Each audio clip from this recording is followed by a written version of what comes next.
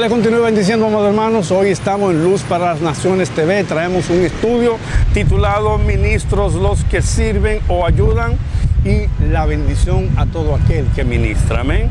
Vamos a estar compartiendo 3 versículos bíblicos que usted va a tener que estudiar en su casa como un estudio bíblico. Usted le toca su parte también, que es Hebreos 13:17, Romanos 13:1-2 y 1 Corintios 16 del 15 al 16.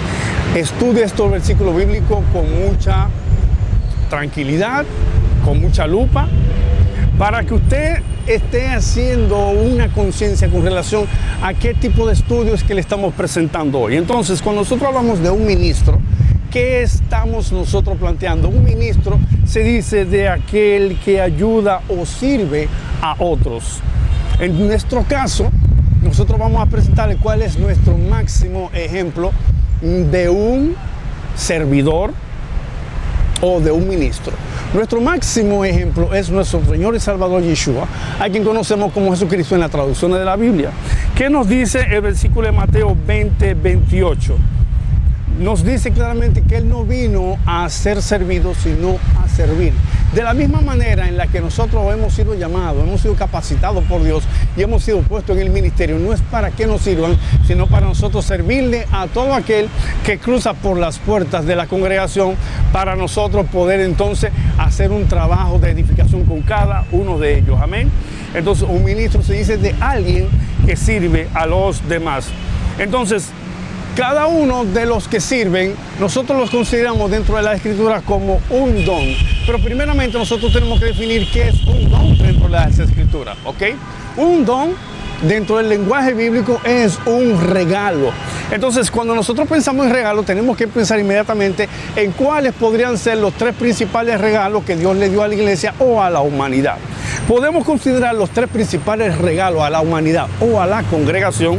Número 1, a nuestro Señor y Salvador Yeshua. Número 2, la salvación por gracia. Y número 3, al Espíritu Santo. Sin sacar de la ecuación, en el sentido de importancia, a las Escrituras, ¿ok? Pero hablando de don, de regalo. Entonces, nosotros tenemos varios dones de servicio o varios regalos de servicio que Dios hizo a la iglesia. ¿A qué nos estamos refiriendo? A un grupo de personas que Dios seleccionó, capacitó para que sirvieran dentro de las congregaciones. Entonces, estos dones de servicio o ministerios son personas seleccionadas por el Eterno para la edificación de la congregación o para entrenar y educar, utilizando la palabra de Dios, a la congregación. Eso lo encontramos nosotros en Efesios 4, del 11 al 12, donde empieza él diciendo, y él mismo,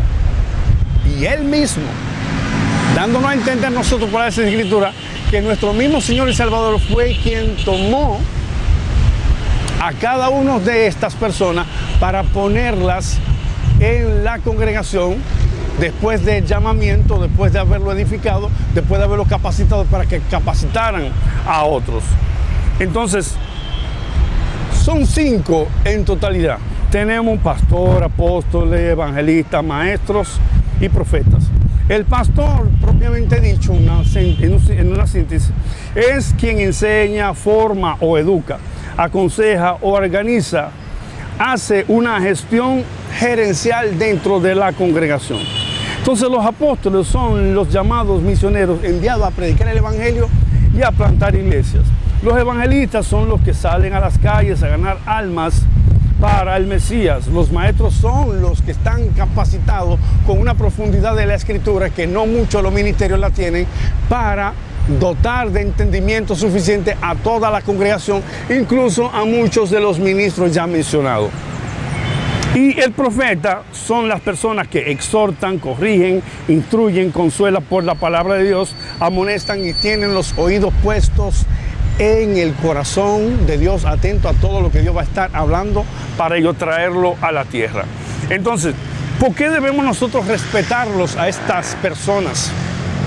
Simple y llanamente porque son personas que Dios primeramente las seleccionó, las preparó y que Dios les delegó funciones. Entonces, cuando nosotros irrespetamos a cualquiera de estas autoridades, nosotros vamos a estar irrespetando a la misma persona que le delegó todas las funciones, es decir, Dios. Entonces, con esto hay que ser muy cuidadosos, amados hermanos, cuando nosotros tenemos pastores, evangelistas, maestros, profetas y todos estos ministerios dentro de la congregación. Son 5 grupos de personas que nosotros tenemos que rendirle mucha, pero mucha admiración, obediencia, honra, respeto. Por cuanto, ¿quién fue que los puso a ellos ahí? Ellos están haciendo una acción delegada de parte de Dios para edificar el cuerpo de Cristo. Entonces, cuando nosotros les respetamos a ellos, estamos respetando al mismo Dios. Un ejemplo muy claro es cuando Pablo está persiguiendo a la congregación, que de repente se le aparece en una luz muy luminosa que lo echó a piso hasta que lo encegueció.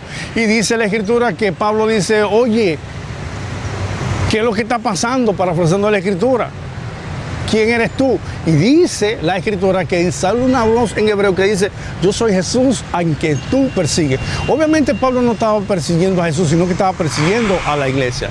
Entonces, ¿cómo estamos quedando con esto? Que cualquier cosa que nosotros le hacemos a los ministros es como si se lo estuviéramos haciendo directamente a quien lo capacitó, a quien lo formó, a quien lo seleccionó y a quien lo puso por la iglesia. Es decir, vamos a estar faltando directamente a la suprema autoridad de la congregación, que es nuestro Señor y Salvador Yeshua, que conocemos como Jesucristo, diciendo la misma Escritura que Él es la cabeza absolutamente de la congregación.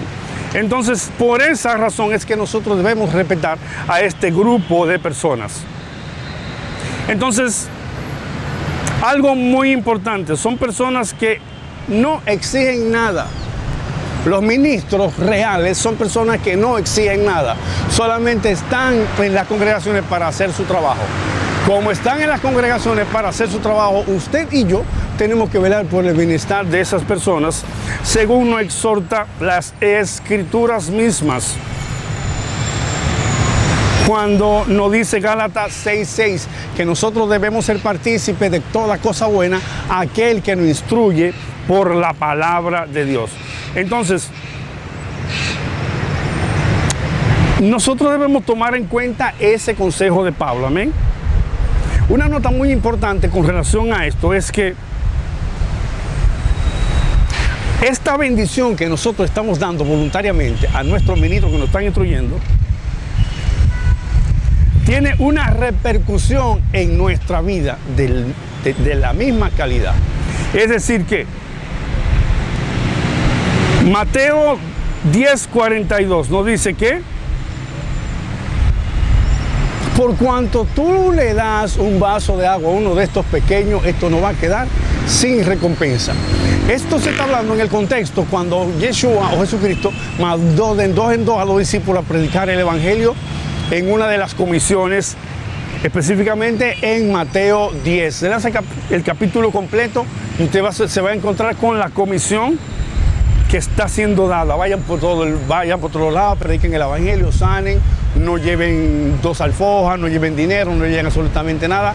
Y aquí es que viene esta palabra donde dice: si alguien le da un vaso de agua, yo le aseguro que esto no va a quedar sin recompensa. O sea, que todo lo que nosotros le hagamos a nuestros ministros para favorecerlos, como dice el versículo que estuvimos leyendo anteriormente en Gálatas 6:6, eso va a retornar en nosotros como si fuera una bendición boomerang, que usted la lanza y viene hacia usted.